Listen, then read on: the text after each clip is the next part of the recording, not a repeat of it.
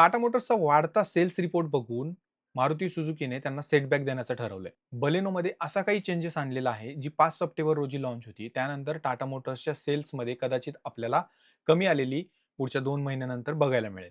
काय आहे संपूर्ण बातमी सगळं काही सांगतो, पण त्याआधी ऑटो हेल्पर मराठीला फॉलो करायला विसरू नका आणि हा व्हिडिओ जास्तीत जास्त शेअर करा. बलेनो अशी पहिली कार आहे जी सीएनजी सोबत एएमटी गिअरबॉक्स एजीएस सोबत येणार आहे. मित्रांनो, मारुती सुझुकीचं ऑटोमॅटिक ट्रान्समिशन खूप रिलायबल आहे आणि त्यामध्ये सीएनजी जबरदस्त पॅकेज हे तुमच्यासाठी असणार आहे. यामध्ये थोडेसे अपडेट असतील, डिझाइन बद्दल देखील अपडेट केलेला असेल आणि सगळ्यात जो डाउनग्रेड आहे तो म्हणजे इंजिन मध्ये. आता सध्या K12 इंजिन मिळतं जे 4 सिलेंडर आहे.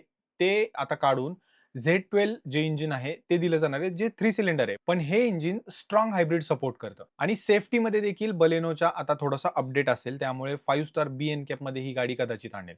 तुम्हाला काय वाटतं? बलेनोमध्ये ब्रेझासारखा अंडरबूट सीएनजी टँक येईल का? कमेंटमध्ये नक्की सांगा आणि असेच व्हिडिओ बघण्यासाठी ऑटो हेल्पर मराठीला फॉलो नक्की करा. जय महाराष्ट्र.